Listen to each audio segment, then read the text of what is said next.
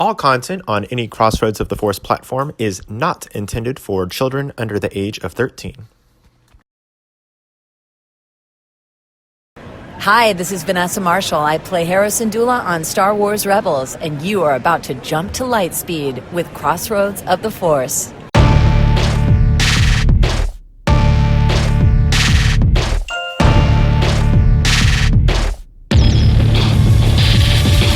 Broadcasting from a galaxy far, far away.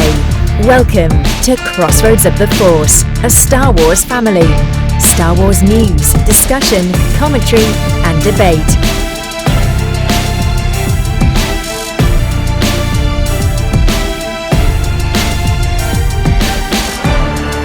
And now, grab your porgs, because it is time to make the jump to lightspeed.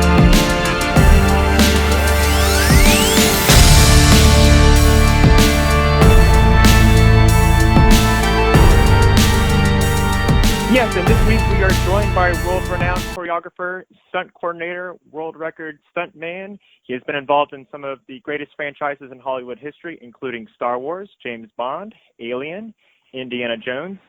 You may know him as the Swordmaster. Today we are joined by the incredible, legendary Nick Gillard. Nick, how are we doing today? Hi, yeah, I'm doing good, thanks, Jim. Good. How are things? Are you out? Are you in the UK right now, or? I'm currently driving up the M4 in the UK. I've just left the mystical land of Wales, where I've been doing a sword fight on a show about a young Henry VIII. Oh, very nice, very nice. Now, I've only been across the pond once when I was very young. We have some family, distant family in the Scotland area, just outside of Edinburgh. And it was raining about 11 days out of 10, which was totally fine with me, but it was a pretty cool trip. That must have been the summer. Yeah, right. Yeah, it was kind of during the summertime area. It was pretty neat. Now, I think we bumped into each other very briefly. Gosh, it must have been, I think, like 2003 or 5. I think you were at one of the Star Wars celebrations here in Indianapolis.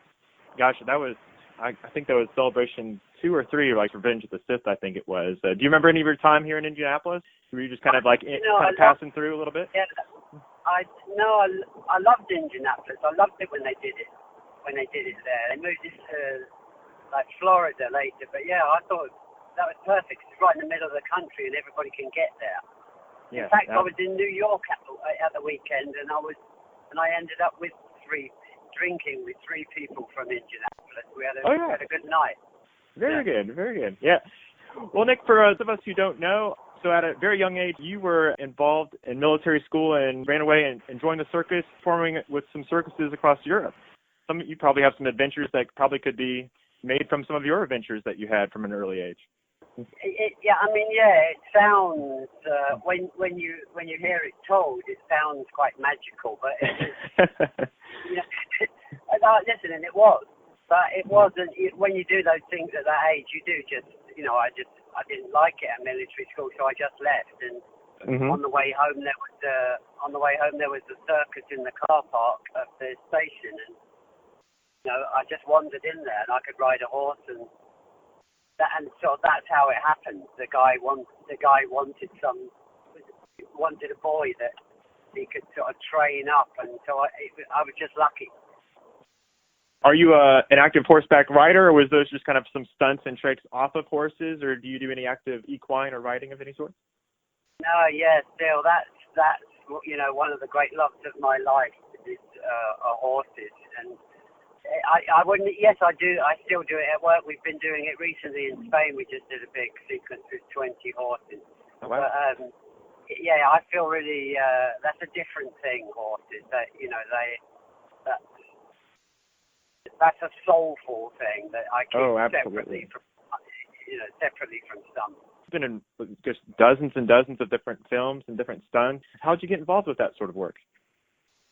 Well, we got from the circus one day. We got called to do a movie called The Thief of Baghdad, which was very early green screen work, and I think the stunt guys of those days had tried it, but their horses had freaked out. And so they called 3 of us in from the circus for the day to do this sequence. And for us, it was it was an easy thing. Our horses were used to do stuff like that, so it didn't bother them. And it was just spending that day on set, and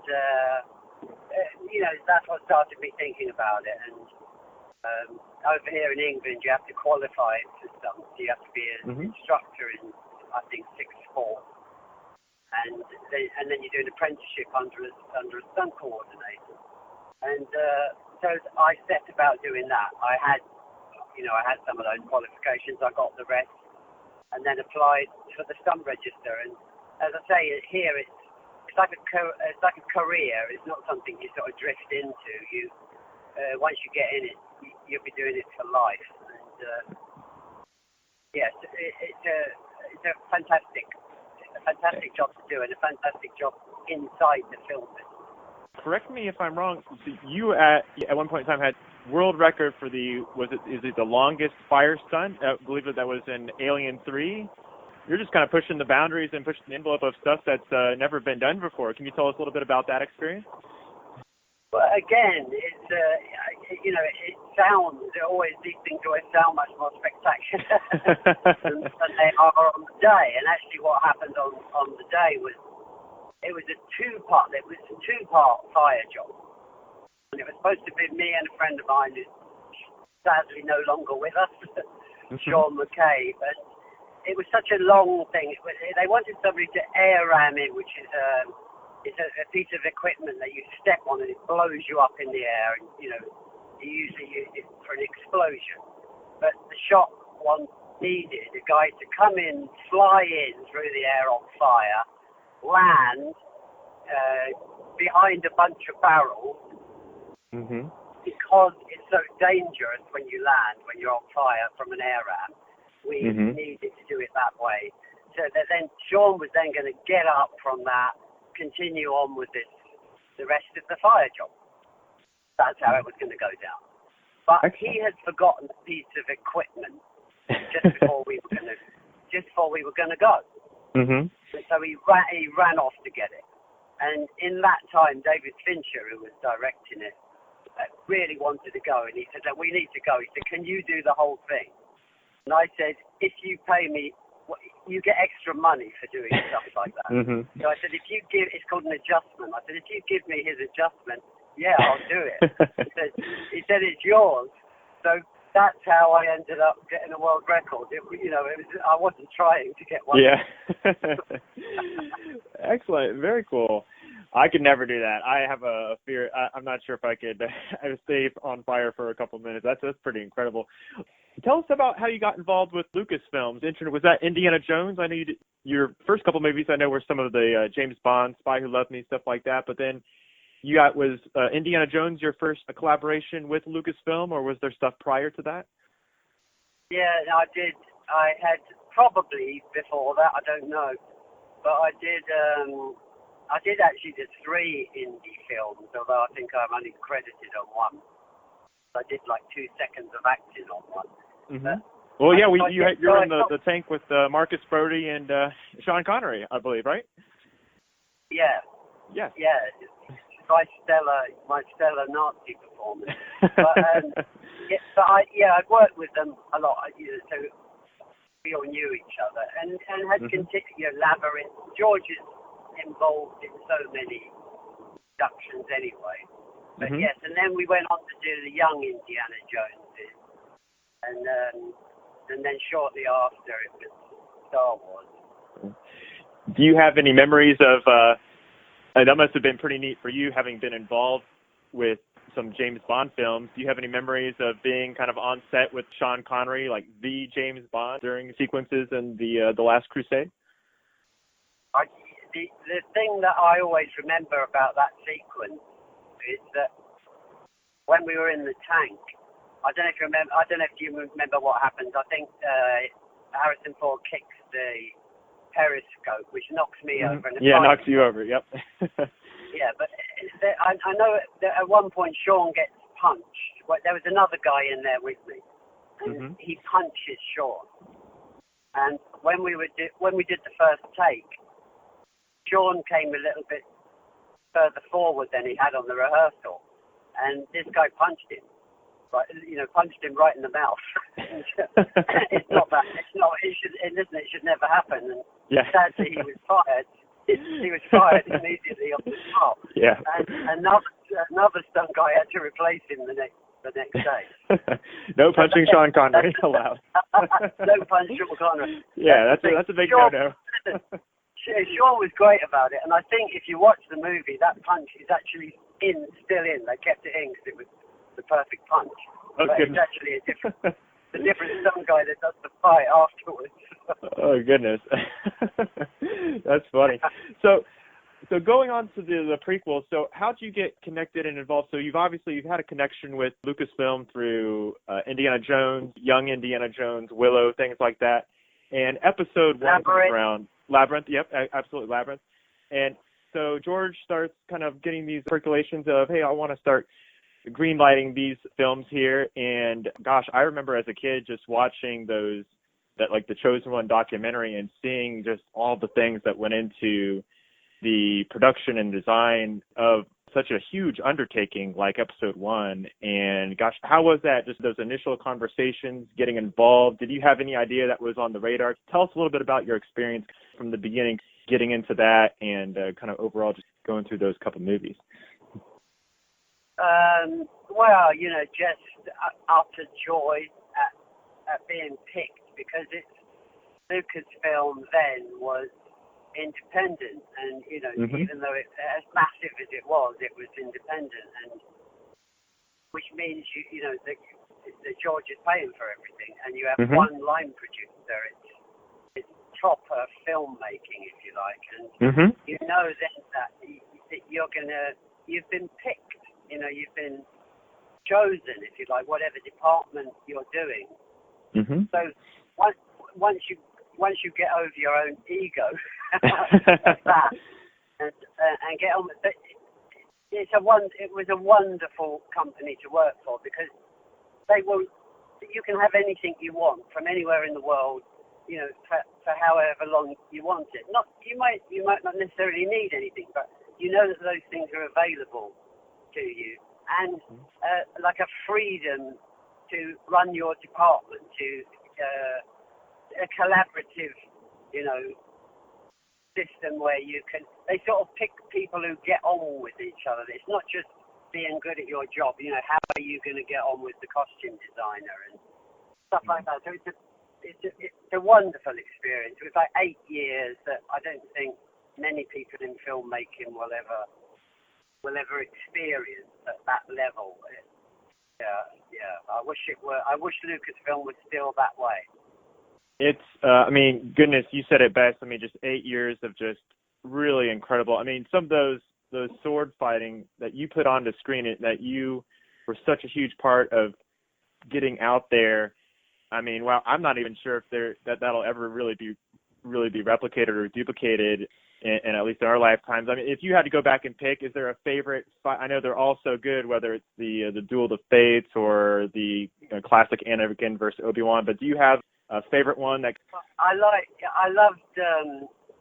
obviously I loved Darth Maul v. Obi. Oh, absolutely. That would always be my favorite, but we did one on Ep3, which was Obi versus 6 of Grievous's bodyguards, who effectively all had a double-ended lightsaber. They were called something else, but that's what they were. And it was impossible. We do those fights one move at a time. We just get in there and we say, if I hit you here, where can you hit me? And we work on a rule of, if your head and your torso, you've got to defend them. Your arms and legs are replaceable. So if I can hit you in the head or the torso and you can hit me in the leg, you've got to defend and I can attack. But anyway, so when we did this fight with Obi v6, took us maybe 3 weeks, which was probably the longest it took any fight. Even the long one at the end of Ep3 didn't take 3 weeks. So 3 weeks to get this thing believable. You're not going to get it utterly believable when somebody goes through it one frame at a time, but It Sure. looked fantastic. And unfortunately, when we came to shoot it, we just didn't have time. And so it never got seen. I'm sure there was so much that we saw, and just like you were saying, so much that we didn't see that was just as magical for you to witness firsthand as far as just the athleticism of, I mean, I've seen some of the clips of you and Ewan or you and Hayden. It's no easy work. No. Yeah, it's all about the feet. And once you get the feet right, everything will follow. And, you know, and if you work on that premise, whatever shape they are, it still works, as long as the feet are good. Do you still keep in touch with any of the old guard, whether it's Rick, George, or any of the set producers? Rick's out in Europe, I believe out in Prague. Not as often as you might think. Yes, you do, but that's a strange thing with the film business. You can spend every day with somebody for years and then not see them for 5 years. That might come across as sounding strange, but No. At the moment, I'm working in Wales, you know, which is Rick. I think Rick's in Prague. I don't know where George is at the moment, but if you did, it's a great. You go out and have a great night, or if you need anything, of course, they're just on the end of a phone. Absolutely. How satisfying was it for you to see Ray Park, even though we didn't see him do any stunt work that, you know, you and him kind of made famous in episode 1, but how cool is it on Solo that he got to reprise such an iconic character that the two of you guys made so famous back in 1999, to have him make a reappearance Solo in 2018, almost 20 years later? I think it's fantastic for him. You know, he couldn't have given more. He certainly couldn't have given more to me when we were when we picked him to do it. Yes, but I'm so pleased for him. For those who don't know, obviously got to know George pretty well over those almost a decade of working together. He obviously is just so invested in the mythology and every little detail.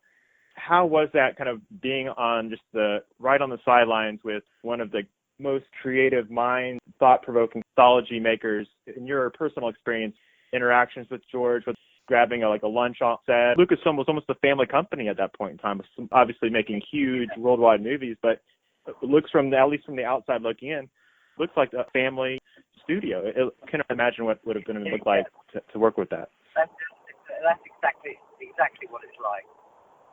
But yeah, you're absolutely right. The best thing about that is whatever we as fans think of the direction that George might go with his movies, that you wouldn't have any of it without him. And yes, he knows all of the little bits. And the best thing about having him direct it is there he is on the set. So any question that comes up is immediately answered. You know, because he wrote it.